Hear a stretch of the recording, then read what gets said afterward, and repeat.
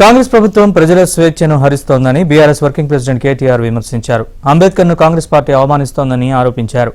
రాష్ట్ర ప్రభుత్వం నిర్బంధిస్తోంది తమ నేతల్ని కాదని అంబేద్కర్నని కేటీఆర్ అన్నారు. రేవంత్ ప్రతిష్ఠిస్తోంది తెలంగాణ తల్లినా కాంగ్రెస్ తల్లినా అని ప్రశ్నించారు. ప్రజా సమస్యలపై శాసనసభలో రేవంత్ ప్రభుత్వాన్ని నిలదీస్తామని ఆయన స్పష్టం చేశారు. బీఆర్ఎస్ కేంద్ర కార్యాలయంలో అంబేద్కర్ వర్ధంతిలో కేటీఆర్ పాల్గొన్నారు. అంబేద్కర్ గారు ఈరోజు వారి వర్ధంతి. ఈరోజు ఈ ప్రభుత్వాన్ని నేను అడుగుతా ఉన్నా, ఇవాళ మీరు నిర్బంధిస్తున్నది మమ్మల్ని కాదు, భారత రాష్ట్ర సమితి నాయకులను కాదు, మహానుభావుడు అంబేద్కర్ గారిని మీరు నిర్బంధిస్తా ఉన్నారు.